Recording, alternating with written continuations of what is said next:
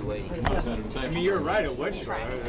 So I think a third grader could have believed that there was an imminent threat coming from the man that we killed, because the man we killed was a walking threat. He had dedicated his life to killing Americans, and he was up to no good again. And if you don't like what the Commander-in-Chief is doing from a congressional point of view, cut off funding, we cannot become 535 Commander-in-Chiefs.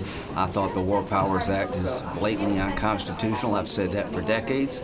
No matter who is president, you can only have one Commander-in-Chief. So it will, the way it's written now is meaningless because it's a concurrent resolution. It doesn't go to the president. There are cases right on point that this constitutionally is deficient right out of the gate. Does the administration not have a duty to disclose some of what they know specifically when they come to Congress? The way we found this out, we'll never tell anybody because it was magical and we're not going to compromise it. Senator, you said on Hannity last night that the Senate's taking up impeachment next week. How do you know that? I just believe that the dam is broken, that when Senator Feinstein says, if you think it's urgent, act as if it's urgent. I can't believe she can sit on this another few days. If she doesn't act, we will. The contempt shown by the administration yesterday in this briefing is simply the latest and most urgent sign that Congress must take on to reassert its constitutional authority.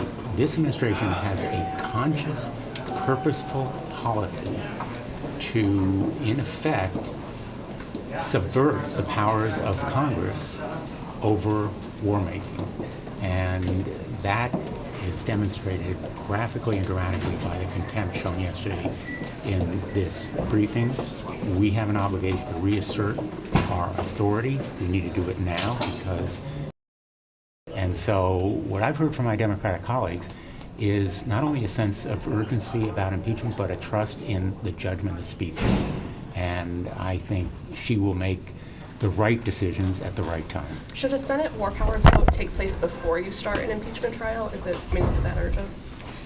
The timing really will depend on the Speaker. Nancy Pelosi has to make a decision, and she has understandably insisted on knowing at least the rules of the Senate proceeding. Those rules ought to be fair and full. Right now what we're seeing is Mitch McConnell aiding and abetting a cover-up. Let me repeat, aiding and abetting a cover-up. That's not just rhetoric. That is a profound disrespect and degrading of the Constitution. And Nancy Pelosi is absolutely right to insist that Mitch McConnell respect the Constitution.